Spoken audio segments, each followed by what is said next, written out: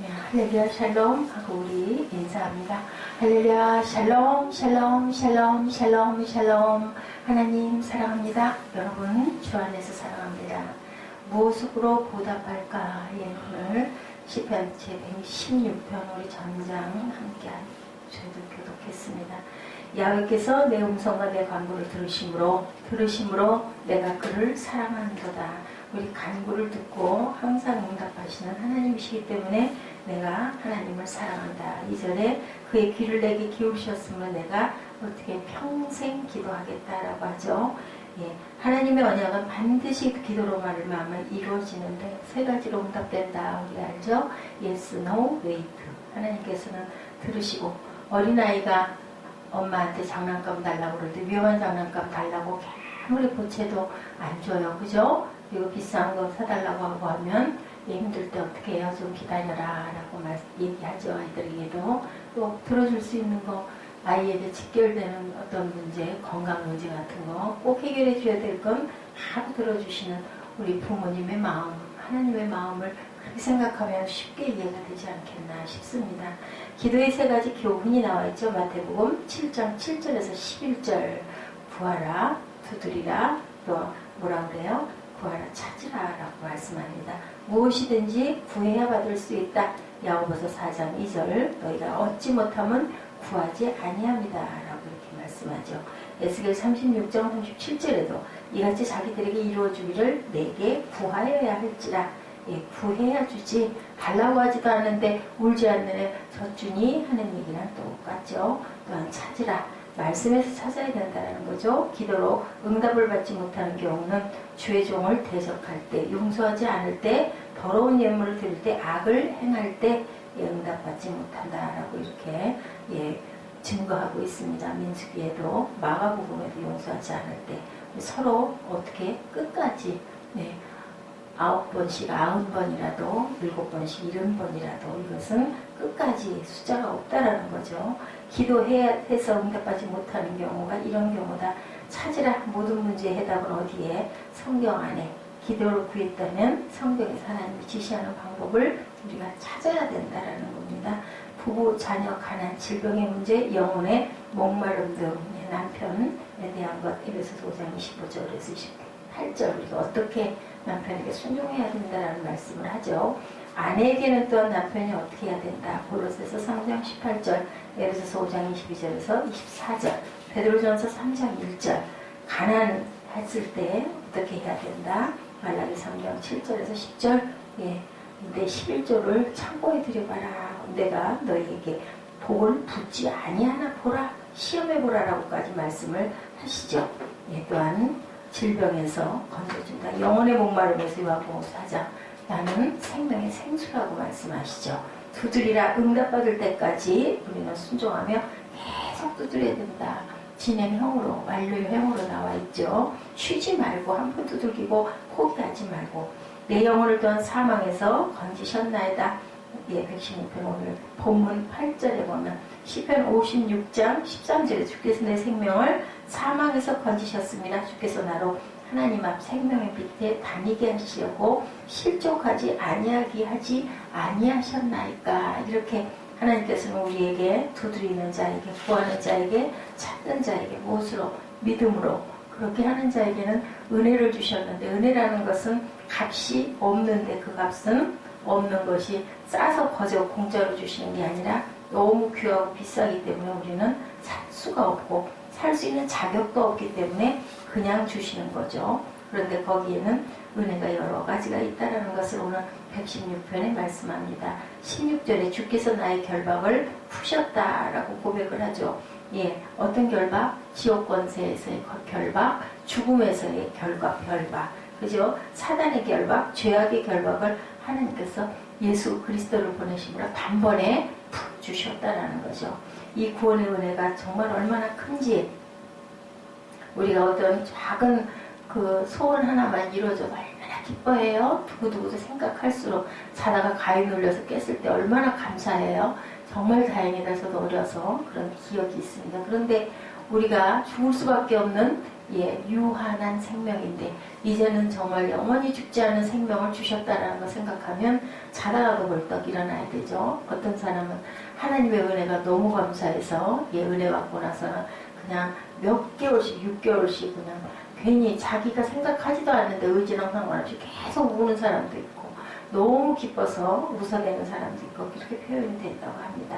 하나님께서는 우리의 기도를 들어주시는 이유는 우리가 하나님의 자녀이기 때문에 마태복음 7장 11절에도 악한 자라도 좋은 것을 자식에게 줄 줄 알거든 하물며 어떻게 하나님께서 너희가 구하는 것을 좋은 것을 주시지 않겠느냐. 악한 자라도 자녀가 생선 달라고 그러는데 뱀을 줄 리가 없다. 또한 떡을 달라고 그러는데 돌덩어리를 줄 리가 없다라고 합니다.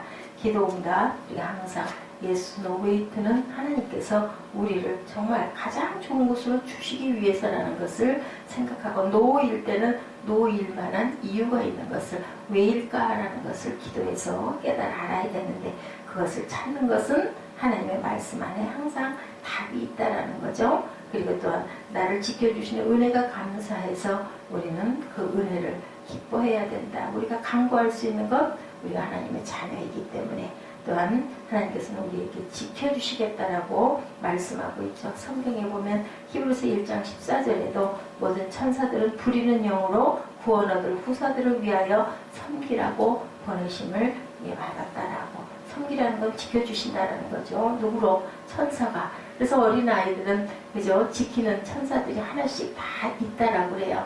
가정에는 누가? 엄마가 천사가 돼서 가리키고 보호하고 지키죠. 시편 91편 11, 12절에도 저가 너를 위하여 그 사자들을 명하사 내 모든 길에 너를 지키게 하심이라 이렇게 증가하고 있습니다.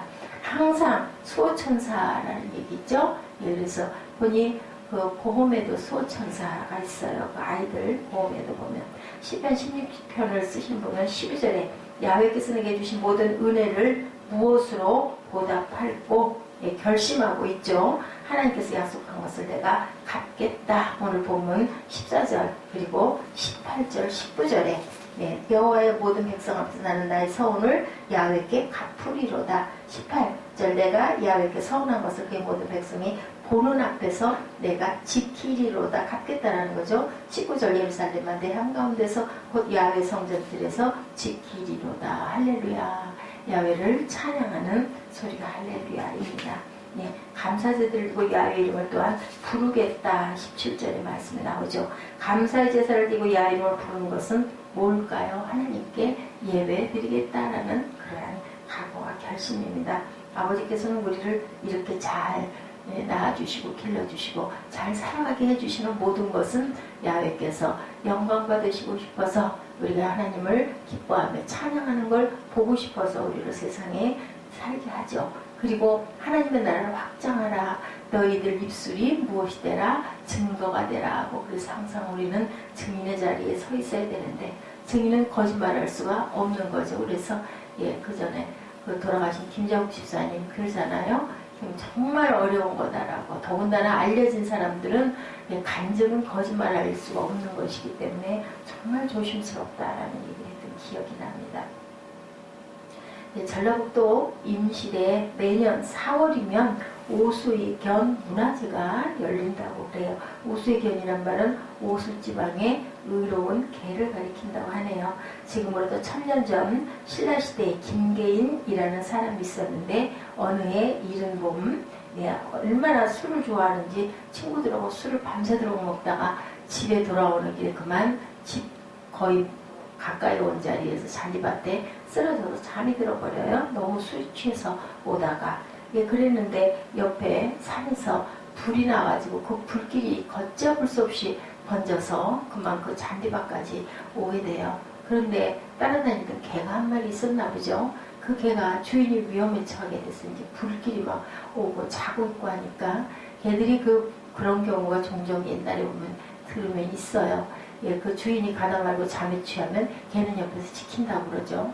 근데 위험한 상황이 생기니까 그냥 입으로 그 옷자락을 잡아 끌고 물어뜯고 뭐 별짓을 다 해도 주인 도저히 깨어나지가 않고 불길은 이제는 거의 주인 가까이 와서 안 되겠다. 이 개가 옆에 있는 못에 가가지고 자기 몸을 풍덩 적셔서 와가지고 막 물을 뿌려대는 거예요. 자기 몸을 털어가지고.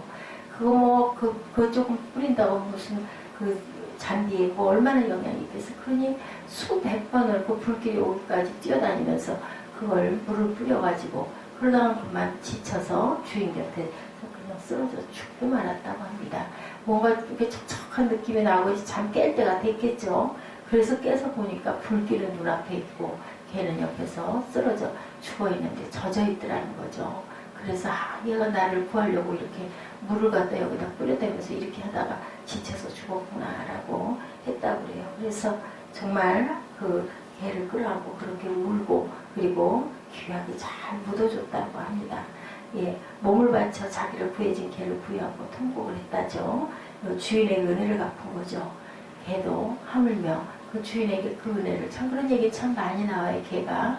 그래서 보면 우리들도 하나님의 은혜, 이 은혜, 그죠? 구원의 은혜, 우리를 항상 지켜주시고 우리 기도를 들어주시고 아버지께서는 항상 우리가 맡겨놓은 것도 아닌데 항상 기도하면 보면은 우리 보라잡이 기도하는 거 봐요. 맨날 달라는 기도. 저도 옆에서 가끔 듣다가 보면 웃음이 나와요. 뭐 이것도 해주세요. 저것도 해주세요. 항상 그게 어린아이들 기도죠. 근데 우리는 아버지 앞에서 다 어린아이예요. 그래서 그렇게 그냥 아주 직접적으로 기도하고 감사하고 기뻐하고 어떻게 보면 그 모습을 아버지께서는 더 귀하게 사랑하지 않을까라는 생각이 듭니다. 너무 철이 없는데 아니면 자식이 부모한테 그죠? 뭐 체면 차려가면서 뭘 따져가면서 그렇게 얘기할 필요가 뭐가 있겠어요. 그냥 엄마 나 이거 해줘. 나이가 아무리 들어도 80 먹은 어머니가 60 먹은 아들 나갈 때 얘 길 조심해라 차 조심해라 한다 그러죠. 자식은 자식입니다. 어머니는 어머니시고요. 이런 것처럼 격이 없이 구하는 거 아버지께서 들어줄 건 들어주시고 좀 기다리게 할 건 기다리게 하시고 안 되는 건 오히려 너 그렇게 하면 오히려 안 돼. 해로워 하지마 하고 대답을 안 해주신 그것도 응답이라는 것. 하나님께서는 우리에게 영원한 생명을 값없이 주시고 항상 우리의 간구를 들어주시고 또한 하나님은 저희를 항상 지켜주시는 좋으신 하나님이라는 것. 항상 그 은혜를 우리는 받았으니 어떻게 해요? 항상 예배함으로 찬양함으로 감사함으로 우리 삶을 하나님께 드리는 그런 귀한 은혜가 저와 여러분과 함께 하시기를 오늘도 주님 앞에 저희도 기도합니다. 기도드리겠습니다.